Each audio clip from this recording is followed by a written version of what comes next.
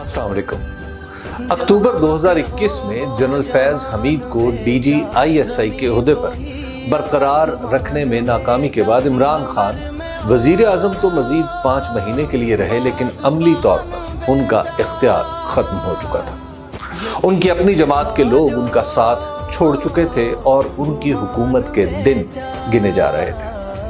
आखिरकार अप्रैल 2022 में यह काम भी हो गया। यूं PDM शरीके इख्तदार हो गई। जल्द ही इमरान खान को बतौर शहरी जो रियायतें हासिल थीं वो भी वापस होने लगी। उनके जलसे जुलूस पूरी कुव्वत सर्फ करके बंद कर दिए गए। नवंबर 2022 में उन पर जानलेवा हमले के बावजूद उनकी मीडिया कवरेज भी तकरीबन खत्म हो गई। फिर हालात की चक्की ने इमरान खान और उनकी जमात को पीसना शुरू किया। यह सब बातें हैं कि तहरीक इंसाफ के साथ जो कुछ हुआ वो इससे पहले भी कई जमातों के साथ हो चुका है। कोई उंगली पर लहू लगाकर सिपाही का हमसर नहीं हो जाता। कोई खुद पर ही नोहे पढ़ने लगे तो उसके नाम की मजलिस नहीं बपा की जा सकती। जो कुछ तहरीक इंसाफ के साथ हुआ है वो तो अभी लफ्जों में ढला ही नहीं। हाँ, तहरीक इंसाफ के साथ ये सब कुछ करने वाले जरूर अपनी दिलेरी और इस्तिकामत के नगमे गाते हुए हुकूमत में तशरीफ ले आए हैं।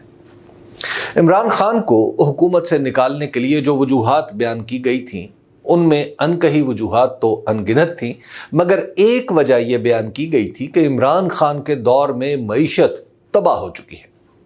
उनके बाद मईशत के नाम पर जो नाबगे मैदान में आए, उन्हें अमली तौर पर मईशत का मीन भी नहीं पता था। रुपया गिरा तो गिरता चला गया। सनत का पहिया रुकने लगा। IMF से मुआहदे के लिए मुआशी कारकर्दगी की बजाय मिन्नत समाजत का तरीका मयार बन गया। मईशत यूं गिरी कि इसकी बहाली के लिए फौज को बराह रास्त मुदाखलत करना पड़ी।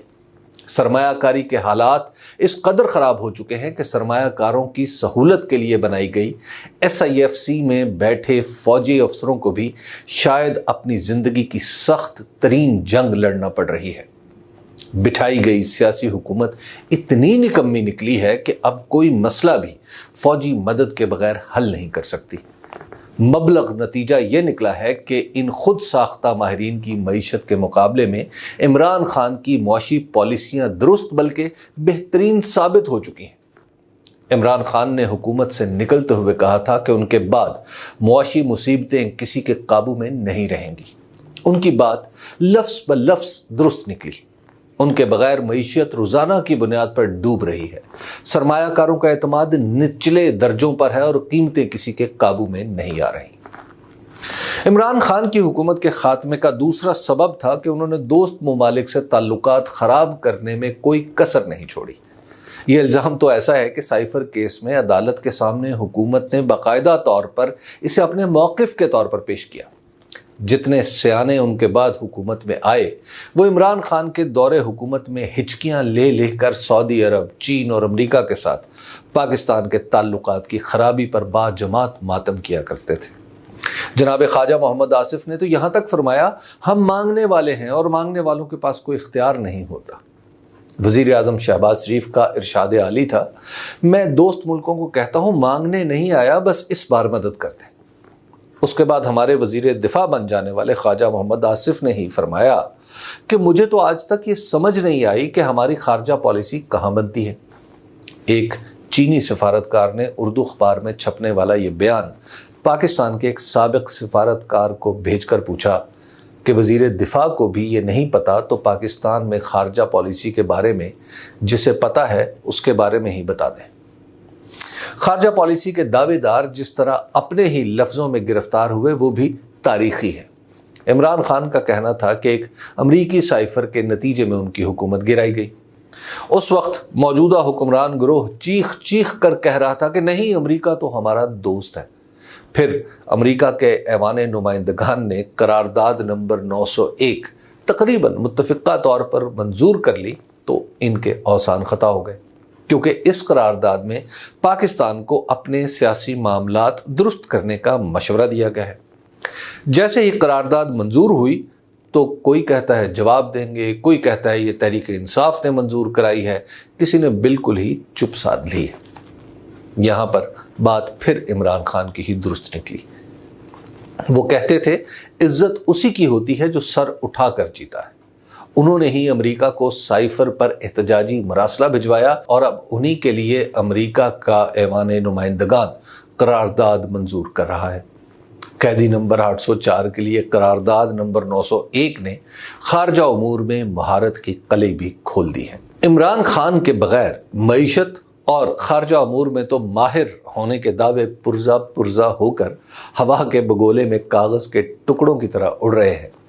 सियासत में इमरान खान के बगैर देख लीजिए क्या हुआ। वो ग्रोह सियासतकारां जो बज़ों में खुद पाकिस्तानी सियासत के नब्बाज हकीमों पर मुश्तमिल था, आज सियासत में एक इजाफी बोझ के सिवा कुछ नहीं। बोझ भी ऐसा जिसे ताकतवर कंधे भी उठाए हुए थक जाए। इमरान खान की जगह लेने वाले इस गिरोह के लिए क्या कुछ नहीं किया गया। इसके सभी बड़े एक झरलू इलेक्शन में जितवाए गए। इस गिरोह को बाइज्जत बनाने के लिए तहरीक इंसाफ के कारकुनों के घरों पर छापे मारे गए। उनके कारोबार तबाह करके मजमूई तौर पर कारोबारी माहौल को सियासत से जोड़ दिया गया। डॉक्टर यास्मीन राशिद, आलिया हमजा, सनम जावेद, महमूदुर रशीद और एजाज चौधरी जैसे सियासी कारकुनों को काल कोठड़ियों में बंद रखा गया। हजारों लोगों को जिस्मानी, नफ्सियाती और माली तशद्दुद सहना पड़ा। इमरान खान का रास्ता रोकने के लिए खेल के कायदे बदल डाले गए। उनकी जमात का इंतखाबी निशान ले लिया गया। उसके उम्मीदवारों के कागजात छीने गए। वोटों से जीते हुओं को फॉर्म 47 की मार देकर हरा दिया गया। अदालतों का हाल ये कर दिया गया कि इस्लामाबाद हाईकोर्ट के 6 जजों को खत लिखकर बताना पड़ा कि उनको मजबूर करने के लिए क्या क्या हथकंडे आजमाए जाते हैं। सरगोदा के एक जज ने तहरीक इंसाफ के कुछ लोगों को रिहा किया तो मुसीबत में फंस गया। मियांवाली के जज ने अदम सबूत की बुनियाद पर कुछ लोगों को रिहा किया तो घेरे में आ गया। फरवरी 2024 के इंतखाबात से पहले नफरत अंगेज इल्जामात में इमरान खान को सजा सुनाई गई। फिर भी इलेक्शन के दिन लोग दर्जनों इंतखाबी निशानात में ढूंढ ढूंढ कर इमरान खान के निशानों पर मोहरें लगाए। इमरान खान जीत गए, बाकी सभी हार गए, मगर बिसात छोड़ने के लिए तैयार नहीं। मईशत में इमरान खान दुरुस्त निकले, खारजा पॉलिसी में उन्हीं की बात ठीक निकली, सियासत में वो सबको मात दे चुके। उन्हें दबाने के लिए पूरा निज़ाम पिचक गया। पिछले 2-2.5 साल में पाकिस्तान कई साल पीछे चला गया। वो जेल में बैठकर सियासत का मरकज़ हैं और उनके मुखालिफ हुकूमत में बैठकर गैर मुतल्लिक। इमरान खान का जिक्र किए बगैर सियासत का एक जुमला भी मुकम्मल नहीं होता और हुकूमती इत्तेहाद पर किसी संजीदा मजलिस में बात भी नहीं होती। हिसाब किताब ये बताता है कि इमरान खान के बगैर सारे ही घाटे में रहे। अदालत की तौक़ीर, इदारों का तहक्कुम, इंतखाबात की तकदीस, हम सभी कुछ खो बैठे। इमरान खान का नुकसान करते करते लोग अपना ही खसारा कर चुके हैं। बात है कि फिर इमरान खान पर ही आकर रुकती है। शुक्रिया।